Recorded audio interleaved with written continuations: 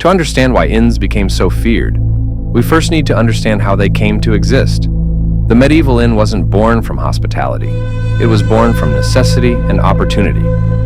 As trade routes expanded across Europe in the 12th and 13th centuries, merchants, pilgrims, and travelers needed places to rest. The old Roman road system was crumbling, and new paths were being carved through dense forests and over treacherous mountain passes.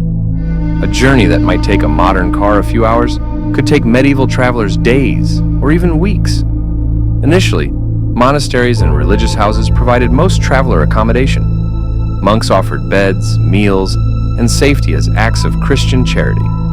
But as travel increased, these religious institutions couldn't handle the volume. This created a business opportunity that entrepreneurs were quick to exploit. The first secular inns appeared at crossroads, river fords, and mountain passes, anywhere travelers were forced to stop. These were businesses run for profit, and herein lay the seeds of danger. Inn owners quickly realized that travelers carried everything valuable they owned. A merchant might have months of earnings sewn into his clothes. A pilgrim carried life savings for their holy journey. These people were essentially walking treasure chests, far from home, with no one to protect them. The isolation that made inns necessary also made them perfect for crime. Far from cities, laws, and witnesses, inn owners could do whatever they pleased to their guests. And many chose to do terrible things indeed. Step inside a typical 14th century roadside inn, and you'd immediately understand why travelers felt trapped. These weren't the cozy establishments we might imagine from fantasy novels. They were crude, cramped, and designed more for profit than comfort. Most inns were single-story buildings with thick stone walls, originally built for defense, but which also muffled screams. The main room combined dining area, drinking hall, and common sleeping space. Travelers who couldn't afford private rooms slept on straw mattresses on the floor, surrounded by strangers. The few private rooms were little better than closets, with thin wooden walls that offered no privacy and flimsy doors that provided no security. Windows were small and high, originally to keep out bandits, but which also prevented guests from escaping quickly. The innkeeper controlled everything: the food, the drink, the keys, and often the only exit. Many inns were built with deliberately confusing layouts. Corridors led nowhere, stairs ended in walls, and multiple levels created a maze-like interior. This wasn't accidental. It was designed to disorient guests and make escape difficult. The kitchen was typically in a separate building to prevent fires, but this isolation made it perfect for disposing of evidence. Wells and cellars provided convenient places to hide bodies. Stables housed not just horses, but often the tools of murder: shovels, axes, and ropes. The inn's isolation meant that screams went unheard, disappearances went uninvestigated, and crimes went unpunished. It was the perfect setup for systematic murder. The trapdoor method was perhaps the most famous and sinister. Many inns were built with hidden panels in floors, secret passages behind walls, and trapdoors that opened to cellars or rivers below.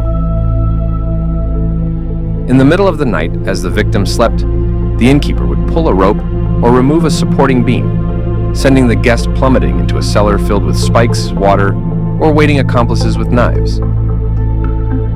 One infamous case from France tells of an inn where guests' beds were positioned directly over a deep pit. The bed itself was the trapdoor, constructed on hinges that could be released from below. Dozens of travelers vanished this way before authorities discovered the mass grave beneath the inn. Poisoning was another favored method, particularly for innkeepers' wives who controlled the kitchen. Arsenic, mercury, and various plant-based toxins were readily available and difficult to detect. The beauty of poisoning was its deniability. A guest who died in the night could be said to have succumbed to illness, exhaustion, or bad humors. Their possessions could be claimed as payment for unpaid bills and burial expenses. Smothering and strangulation were common for their silence. Inn servants would wait until guests fell into deep sleep, often aided by drugged wine, then use pillows, ropes, or bare hands to end their lives quietly. The thick walls that kept out cold also kept in the sounds of struggle. Accidents were frequently arranged.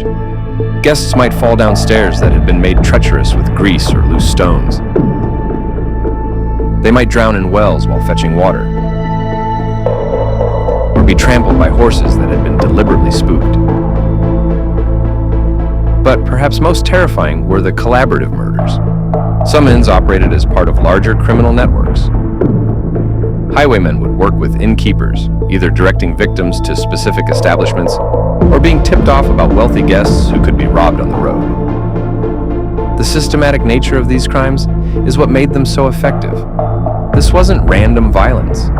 It was organized murder for profit, carried out by people who had perfected their methods over years or decades. Conservative estimates suggest that criminal inns across medieval Europe may have been responsible for thousands of deaths. And these are just the cases we know about. Countless others were never discovered or documented. Medieval travelers weren't helpless victims. Over time, they developed sophisticated strategies to identify dangerous inns and protect themselves from becoming victims. Experienced travelers learned to spot warning signs from a distance. Inns that were too isolated, too welcoming, or too cheap were immediately suspicious. A legitimate inn needed regular local customers to survive. If you saw no locals drinking or eating there, it was a red flag. Group travel became the primary defense strategy. Merchants formed caravans, pilgrims traveled in large parties, and even individual travelers would wait at town gates to join others heading in the same direction. Weapon preparation was essential. All travelers carried knives, and many had swords or axes. Experienced travelers would bring their own food when possible, or eat only what everyone else was eating. They would nurse drinks slowly, watching for signs of drugging in themselves or others. Room selection was critical. Never take the room the innkeeper first offers. It might be specially prepared for murder. But perhaps the most important strategy was timing. Never arrive at an inn after dark if it could be avoided. Murders typically happened in the deep of night. These protection strategies worked, but only if travelers were constantly vigilant, well-informed, and lucky. A single mistake could be fatal. The reign of terror perpetrated by criminal inns couldn't last forever. Several factors combined during the late medieval period to make these establishments less viable and more dangerous for their operators. The era of the murderous medieval inn left an indelible mark on European culture and consciousness. These establishments became the stuff of legend, inspiring countless stories, ballads, and cautionary tales that persist to this day. If you enjoyed the video, please like, share, and subscribe.